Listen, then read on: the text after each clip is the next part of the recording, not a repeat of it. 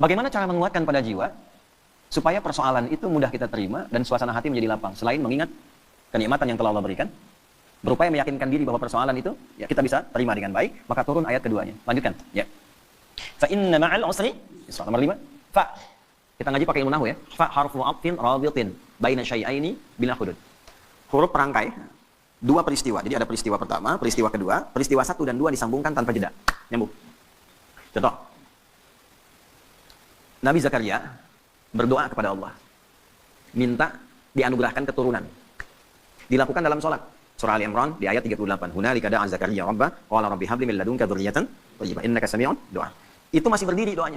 Jadi sholat berdiri minta sama Allah, ya Allah, orang-orang memvonis aku nggak akan punya keturunan. Secara medis istriku divonis maaf menopause dan mandul. Kata orang nggak mungkin. Karena makhluk memvonis tidak mungkin, aku serahkan kepadamu yang semuanya menjadi mungkin. Engkau pemberi tanpa batas, namanya Wahhab. Nah ini adab dalam Quran, kalau ada orang memvonis, ini nggak mungkin, ini nggak bisa, itu tanda dari Allah, tinggalkan opini manusia, karena Allah memberikan tanda untuk langsung minta kepadanya, dan Allah yang mengabulkan tanpa campur tangan makhluk. Itu cara bacanya begitu. Begitu selesai kemudian berdoa, belum selesai salatnya, jadi baru, plak doanya selesai, pakai fa ayat 39-nya, di Quran surah 3, fanadathul malaikatu wa huwa qa'imun yusalli fil mihrab, annallaha yubashshiruka bi Yahya. Malaikat langsung turun seketika doa selesai, malaikat turun langsung mengabari. Kamu dapat kabar gembira, doamu dijawab oleh Allah, engkau akan punya anak, bahkan Allah yang memberikan langsung namanya Yahya. Ya, artinya hidup. Kata orang mustahil. Dari rahim seorang perempuan yang divonis menopause dan mandul, lahir bayi yang hidup. Kata Allah tidak ada yang mustahil. Jadi dia hidup dia. Namanya Yahya. Nah, jelas? Terjadinya kapan? Qaimun yusalli fil mihrab. Masih berdiri dalam sholat, belum selesai sholatnya. Jadi antara doa dengan jawaban pakai fa artinya cepat tanpa jeda. Terapkan metode ini, pemahaman ini kepada ayat dimaksud ayat yang kelima. Fa inna ma'al usri yusra.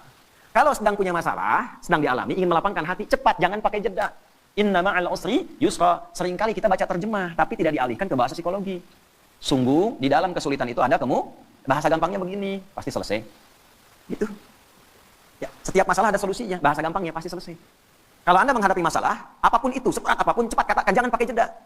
Pasti selesai. Nggak ada yang nggak ada solusinya. Insya Allah selesai. Katakan dulu. Ya. Bahkan nanti banyak ditemukan di Quran itu pakai kul, katakan. Jadi kalau hati kita masih ragu, belum keluar, keluarkan dengan lisan, katakan dengan lisan. Pasti selesai, pasti bisa, saya bisa. Ya. Itu kita punya ayatnya, yang praktekkan orang Jepang, orang Korea. Dulu tahun 96-97 itu ada acara di TPI, ya Benteng Takeshi namanya, ya Benteng Takeshi itu yang pakai tank tembak-tembakan itu. Begitu mau menaklukkan bentengnya itu, kan langsung itu pemandunya mengatakan kamu bisa, dipakai itu tuh. Ya. Lalu Korea melihat anak-anak TK di Korea itu disandingkan dengan kemajuan Jepang, dibawa ke suasana penjajahannya, dibawa di dunia edukasi, diambil di dunia positif. Jadi begitu masuk sebelum masuk kelas harus kalahkan Jepang, kita bisa. Akhirnya sampai sekarang terjadi. Ya, Jepang bikin Honda, ya Korea bikin Hyundai, Hyundai bacanya Hyundai. Kemudian sana masuk Piala Dunia, ini pun mesti masuk Piala Dunia. Sekarang kita impor pelatihnya gitu kan. Maju sekarang. Itu cuma satu kalimat, cuma satu ayat di Quran, innamal usri. Pasti bisa. Coba bawa tuh di dunia olahraga, pasti bisa. Ya. Kalau bawa atlet ini bisa, nggak ada yang nggak bisa. Bisa, nah, katakan itu. Waduh, tapi ini lawannya katakan, tidak ada yang tidak mungkin. Bisa. Bisa aja dulu gitu. Perkara nanti melawannya bagaimana itu ikhtiar. Bisa aja dulu. Ya. Lakukan dulu tugas, sempurnakan. Misi selesaikan. Ya. Yang pertama dilakukan itu tanamkan pada diri kita, ini bisa, nggak ada yang nggak bisa. Nah, itu seorang muslim begitu. Dan itu digunakan sifat ta'zimun nafsi. Bahasa bebasnya gini, kamu masih nggak yakin dengan saya? Katanya iman.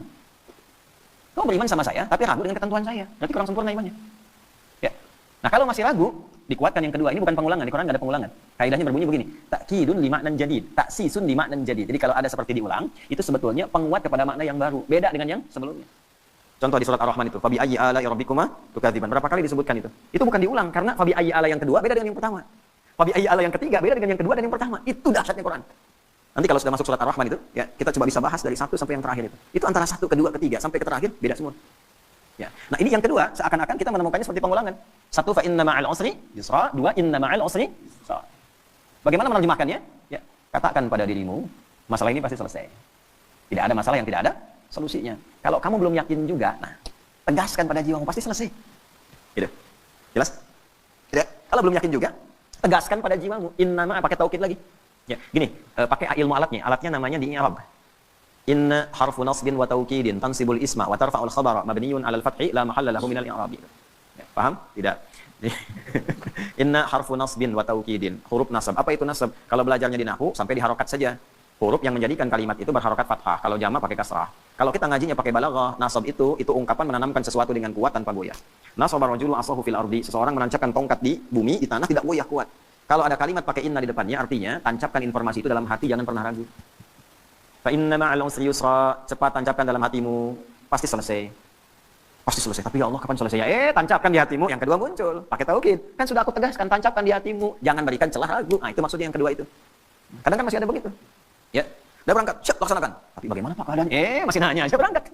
Nah, kalau kita pakai rumus di depan, pakai dibalik lagi. Kamu masih nggak percaya dengan keagunganku? Iman kita disoal di situ. Jadi kalau pakai bahasa tingkat tinggi jadi begini. Kamu masih beriman nggak sama aku? Gitu ya?